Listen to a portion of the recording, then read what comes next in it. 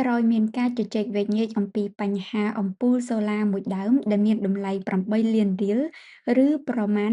$2,000នៅថ្ងៃទី13នេះរដ្ឋបាលខេត្តកំពង់ឆ្នាំងបានចេញលិខិតបង្គាប់ការដែលចាត់តាំងក្រុមការងារចំពោះកិច្ចដើម្បីត្រួតពិនិត្យភាពមិនប្រក្រតីនៃការអនុវត្តគម្រោងមូលនិធិឃុំសង្កាត់ទូទាំងខេត្តកំពង់ឆ្នាំងក្រុមការងារចំពោះកិច្ចនេះមានសិទ្ធិក្នុងការត្រួតពិនិត្យនូវឯកសារព័ត៌មានលម្អិតពាក់ព័ន្ធនឹងមូលនិធិឃុំសង្កាត់ព្រមទាំងតួនាទីនិងភារកិច្ចរបស់មន្ត្រីរាជការសមាជិកក្រុមប្រឹក្សាស្មៀនឃុំសង្កាត់ឬអ្នកដែលពាក់ព័ន្ធក្នុងការអនុវត្តមូលនិធិឃុំសង្កាត់ផងដែរការចាត់តាំងនេះកើតឡើងបន្ទាប់ពីក្រសួងមហាផ្ទៃនិងភាគីពាក់ព័ន្ធបើកការស៊ើបអង្កេតហើយរកឃើញថាភាពមិនប្រក្រតីមិនមានកើតឡើងនៅតែឃុំទឹកហូតមួយនោះទេប៉ុន្តែនៅឃុំផ្សេងទៀតរួមមានឃុំមេលុំឃុំចោលម៉ោងឃុំសេដ្ឋីនិងឃុំលង្វែកដែលស្ថិតក្នុងស្រុកផ្សេងៗគ្នាក្នុងខេត្តកំពង់ឆ្នាំងក្នុងនោះក្រសួងមហាផ្ទៃក៏បានបន្ថយតួនាទីមន្ត្រីជាន់ខ្ពស់ពីររូបគឺលោកហាំងពិសិដ្ឋអតីតប្រធានមន្ទីរផែនការនិងវិនិយោគខេត្តនិងលោកវ៉ាន់ថេនអតីតប្រធាននាយកដ្ឋានអន្តរវិស័យត្រូវបានផ្លាស់ពីតំណែងជាប្រធានមកធ្វើជាមន្ត្រី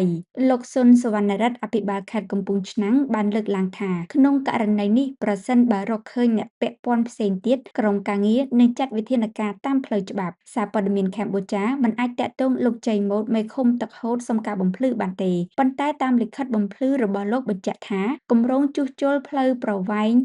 2040ម៉ែត្ររួមមានសាងសង់លូ2ការដាក់ភ្លើងសូឡា3និងបង្គោលស្លាកគម្រោង1ថវិកាប៉ាន់ស្មានមានជាង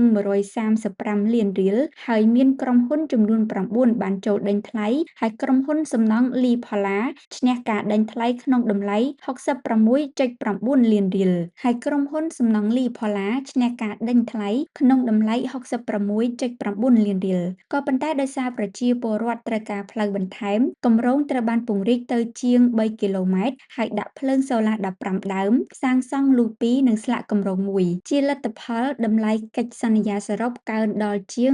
184 លានរៀលយ៉ាងណាមិញអ្នកខ្លាំមើលសង្គមស្នើឲ្យរដ្ឋាភិបាលគួរតែបើកការស៊ើបអង្កេតនៅទូទាំងប្រទេសដើម្បីធានាថារាល់គម្រោងមូលនិធិឬអភិវឌ្ឍន៍មូលដ្ឋានត្រូវបានធ្វើឡើងប្រកបដោយតម្លាភាពក៏ដូចជាធ្វើឲ្យពលរដ្ឋមានជំនឿទុកចិត្តទៅលើការប្រើប្រាស់ដោយភាពត្រឹមត្រូវ